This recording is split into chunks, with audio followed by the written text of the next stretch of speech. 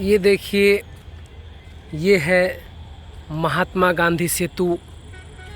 महात्मा गांधी सेतु सड़क पुल जो वैशाली और पटना ज़िला को जोड़ती है और वैशाली के लिए एक तरह से धरोहर है। वो सामने जो दिख रहा है वो सड़क है और ठीक वही सड़क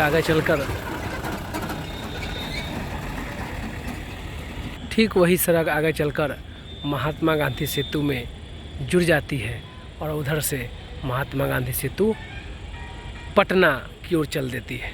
महात्मा गांधी सेतु के समानांतर बनने वाली पुल से संबंधित प्लांट जो कि एक तरह से वैशाली का धरोहर है और वैशाली के लिए बड़ी ही गर्व की बात है कि महात्मा गांधी सेतु वैशाली और पटना को आपस में जोड़ती है। प्लांट है, यही वो प्लांट है जो महात्मा गांधी सेतु समानांतर पुल से संबंधित है। और यही एक प्लांट ऐसा भी है जो हज़ारों लोगों को नौकरी दे रखी है विगत 2-3 वर्षों से। दूर से दिखाता हूँ महात्मा गांधी सेतु से समानांतर पुल को जोड़ने वाली प्लांट को, जो हज़ारों लोगों को विगत 2-3 वर्षों से नौकरी दे रखी है और नौकरी का केंद्र बना है पूरे दरसिया राघोपुर के लिए। अब ये प्रकरण दिखाने का मुख्य उद्देश्य है मेरा, जिससे मैं आपको रूबरू कराता हूँ। धरोहरें बचाने की चीज़ है, धरोहर को बचाना चाहिए।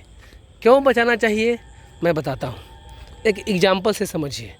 जैसा कि मैं राघोपुर फतेहपुर से बिलोंग करता हूँ, इसलिए राघोपुर को बार बार दिखाता हूँ, राघोपुर के बारे में बार बार बताता हूँ। होता क्या है, धरोहरें को क्यों बचाना चाहिए। मैंने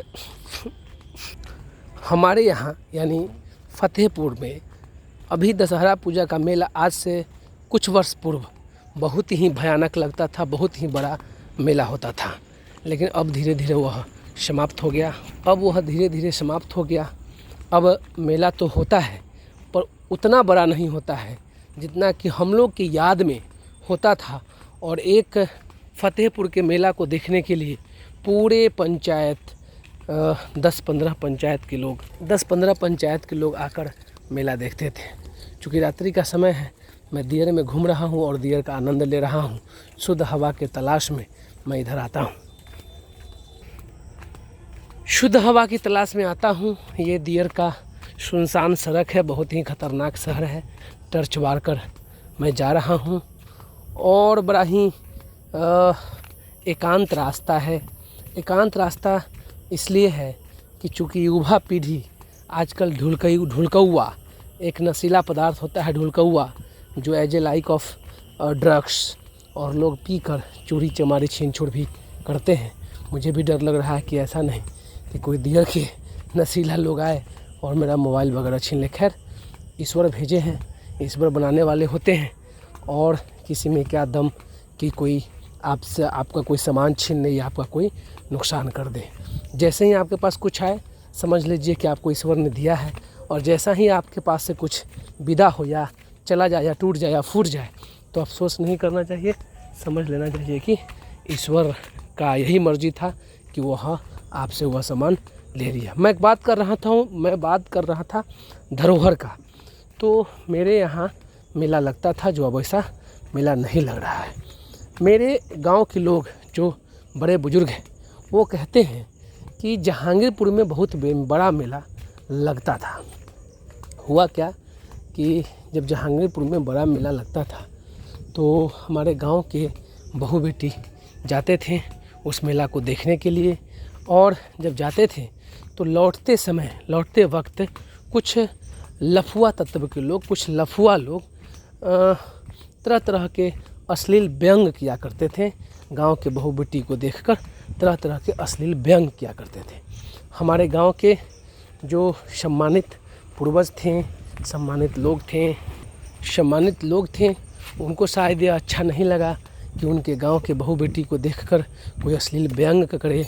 तो सारे लोगों ने बैठा, पंचायती की, और पंचायती करने के बाद यह निर्णय लिया गया कि क्यों ना एक मेला का प्रबंध गांव में किया जाए ताकि गांव के लोग बाहर न जाए। धीमे धीमे हमारे गांव में मेला लगा और मेला लगा और मेला बृहद रूप ले लिया और बहुत बड़ा मेला लगने लगा और सारे पंचायत के लोग मेरे गांव में दशहरा पूजा का मेला देखने आया करते थे।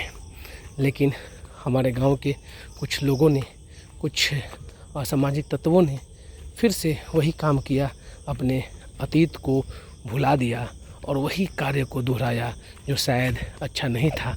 और धीरे धीरे हमारे गांव का भी मेला समाप्त होते जा रहा है। तो मित्रों, धरोहर बचाने का चीज़ है। धरोहर को बचाइए। धरोहर हमारे क्षेत्र को, हमारे गांव को, हमारे ज़िला को, हमारे राज्य को आगे बढ़ाता है।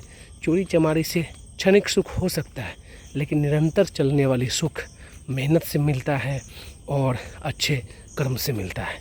धरोहर को बचाना चाहिए।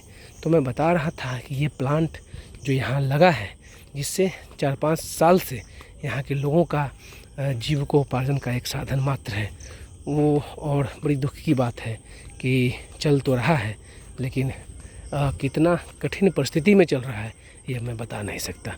तो धरोहर बचाइए। धरोहर से आपका नाम बढ़ता है, आपके समाज का नाम बढ़ता है और बिहार को गौरवान्वित करता है धरोहर। धन्यवाद।